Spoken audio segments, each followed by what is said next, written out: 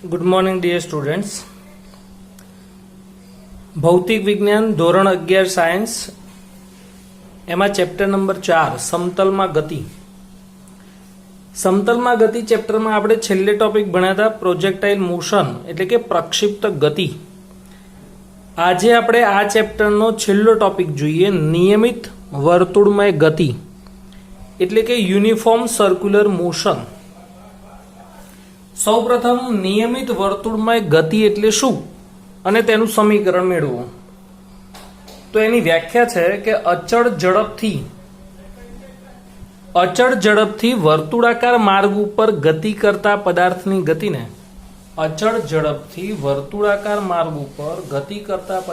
ગતિને નિયમિત વર્તુળમય ગતિ કહે છે.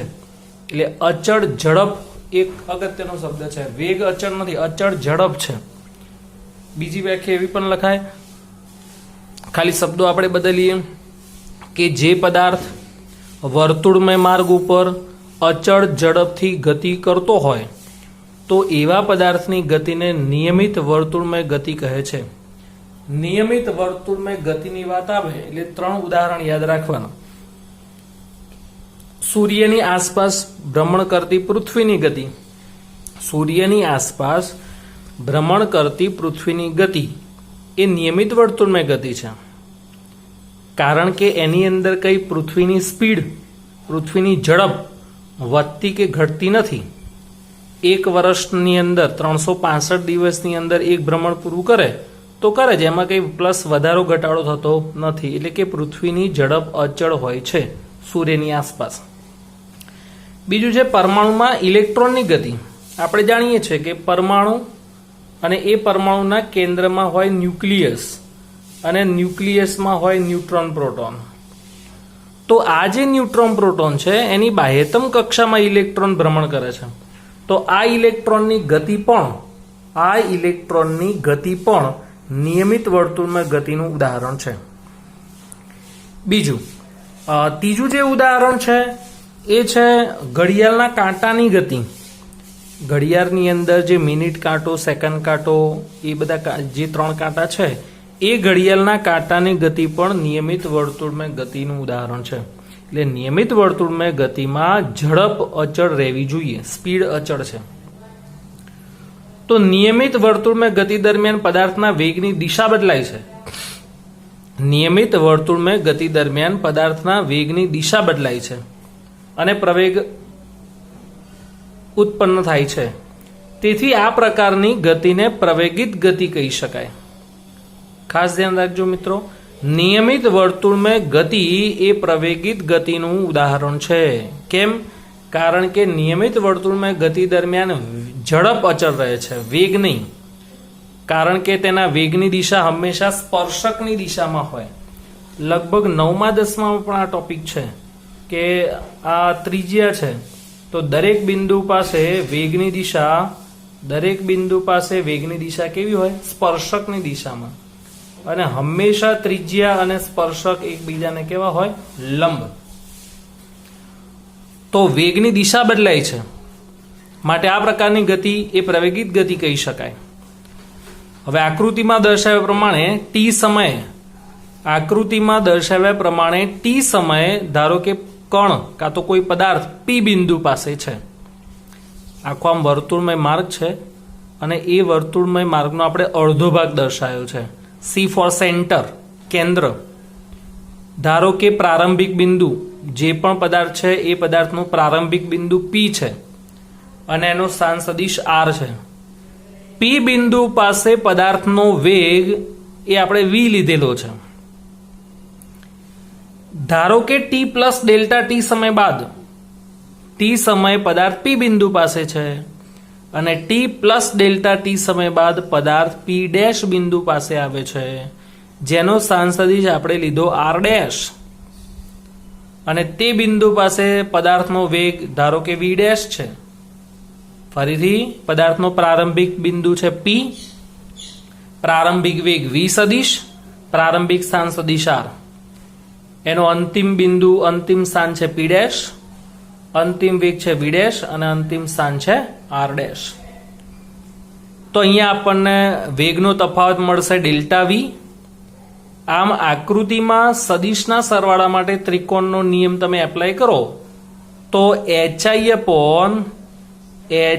upon HG is equal to PP dash upon PC. ફરીથી, કારણ કે જેટલો આ એંગલ છે એટલો જ અહીંયા આપણે આ એંગલ લઈએ ડેલ્ટા થીટા, તો HI upon HG is equal to PP dash upon PC. તો HI બરાબર શું છે? ડેલ્ટા વી, વેગમાં થતો ફેરફાર. HG બરાબર વી, PP ડેશ બરાબર ડેલ્ટા આર અને PC બરાબર આર. માનાંક આપી દો એટલે મૂલ્ય સ્વરૂપે કન્વર્ટ થઈ જશે. વીને આ સાઈડ લઈ જાઓ, બંને બાજુ ડેલ્ટા ટી વડે ભાગતા. પછી આપણે બંને બાજુ લિમિટ લઈ લઈએ. તો આપણે ત્રીજા ચેપ્ટરથી ભણીએ છીએ કે લિમિટ લઈએ ત્યારે ડેલ્ટાનું ડી થઈ જાય, ડિફરન્શિએશન એટલે કે વિકલન. તો આ વિકલન સ્વરૂપે થઈ ગયું dv by dt is equal to v by R dr by dt.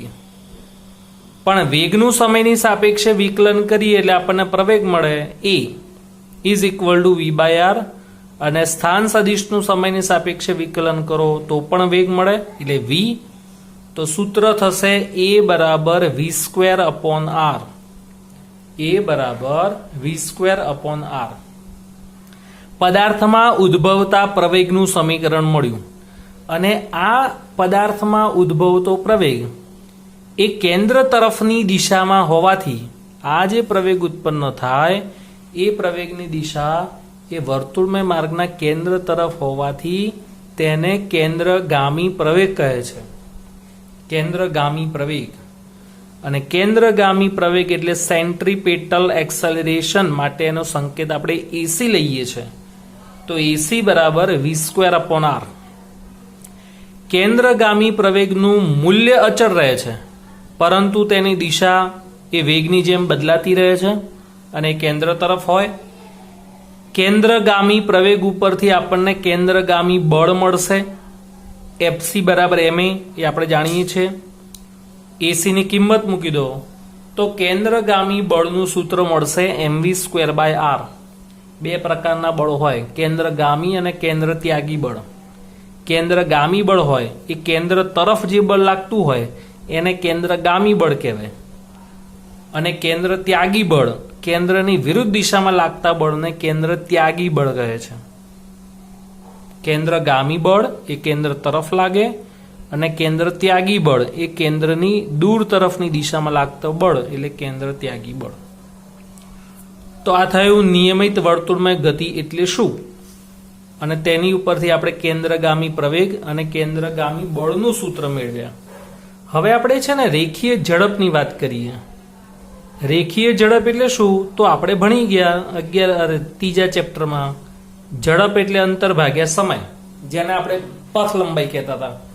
તો રેખીય ઝડપ એટલે અંતર ભાગ્યા સમય, એટલે કે v બરાબર જ્યારે કોઈ પદાર્થ એક ભ્રમણ પૂરું કરે, જ્યારે પદાર્થ એક ભ્રમણ પૂરું કરે ત્યારે તે કેટલું અંતર કાપે તો પરિઘ જેટલું. ખાસ ધ્યાન રાખજો, એક ભ્રમણ પૂરું કરે તો તેની પથ લંબાઈ કેટલી થાય? પરિઘ જેટલી, પણ એનું સ્થાનાંતર કેટલું થાય? 0. તો અંતર કેટલું થશે? 2πr. અને એના માટે લાગતો સમય કેટલો હોય તો આવર્તકાળ જેટલો. આવર્તકાળનો સંકેત શું છે? Capital T. હવે આ નવું આવ્યું, આવર્તકાળ એટલે શું તો કોઈ પણ પદાર્થને, ખાસ ધ્યાન રાખજો, કોઈ પણ પદાર્થને એક ભ્રમણ પૂર્ણ કરવા માટે લાગતા સમયને આવર્તકાળ કહે છે. દાખલા તરીકે ઘડિયાળમાં કલાક કાંટો હોય તો ઘડિયાળમાં રહેલો કલાક કાંટો એને એક ભ્રમણ પૂરું થવા માટે 12 કલાક લાગે. બપોરના 12 થી રાતના 12, એટલે દિવસમાં એ 2 રોટેશન કમ્પ્લીટ કરે છે, 2 ભ્રમણ કરે છે. તો એનો આવર્તકાળ 24 કલાક કહેવાય. એવી રીતે મિનિટ કાંટાનો આવર્તકાળ 60 મિનિટ, સેકન્ડ કાંટાનો આવર્તકાળ 60 સેકન્ડ. એક ભ્રમણ પૂર્ણ કરવા માટે લાગતો સમય એટલે આવર્તકાળ. જેમ કે પૃથ્વી, તો પૃથ્વી સૂર્યની આસપાસ એક ભ્રમણ પૂરું કરે એના માટે લાગતો સમય કેટલો? તો આપણે જાણીએ છીએ 365 દિવસ, તો એ 365 દિવસ એ એનો આવર્તકાળ કહેવાય. અને આપણે જાણીએ છીએ કે પૃથ્વી પોતાની ધરીની આસપાસ પણ ભ્રમણ કરે છે, અને પોતાની ધરીની આસપાસ જે ભ્રમણ કરે એના માટે લાગતો સમય 1 દિવસ છે, એટલે કે 24 કલાક છે. તો આવર્તકાળ એટલે એક ભ્રમણ પૂર્ણ કરવા માટે લાગતો સમય. તો v બરાબર 2πr/t.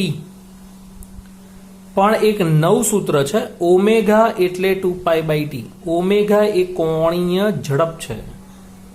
ઓમેગા એ કોણીય ઝડપનું સૂત્ર છે. તો તમને સમીકરણ શું મળશે? v બરાબર ઓમેગા r. v બરાબર ઓમેગા r. 2π/t એટલે ઓમેગા, તો v બરાબર ઓમેગા r. 2π/t પણ લખાય અને 2πν પણ લખાય. આ ન્યુ એ આવૃત્તિ છે, અને આવૃત્તિ અને આવર્તકાળ હંમેશા એકબીજાના વ્યસ્ત પ્રમાણમાં છે. આવૃત્તિ છે, વેગ નથી, ન્યુ કહેવાય આને. આ વેગ છે અને આવૃત્તિ છે. આવૃત્તિ એ આવર્તકાળના વ્યસ્ત પ્રમાણમાં હોય છે. તો આ થયું નિયમિત વર્તુળમય ગતિ અને એના અગત્યના સમીકરણો.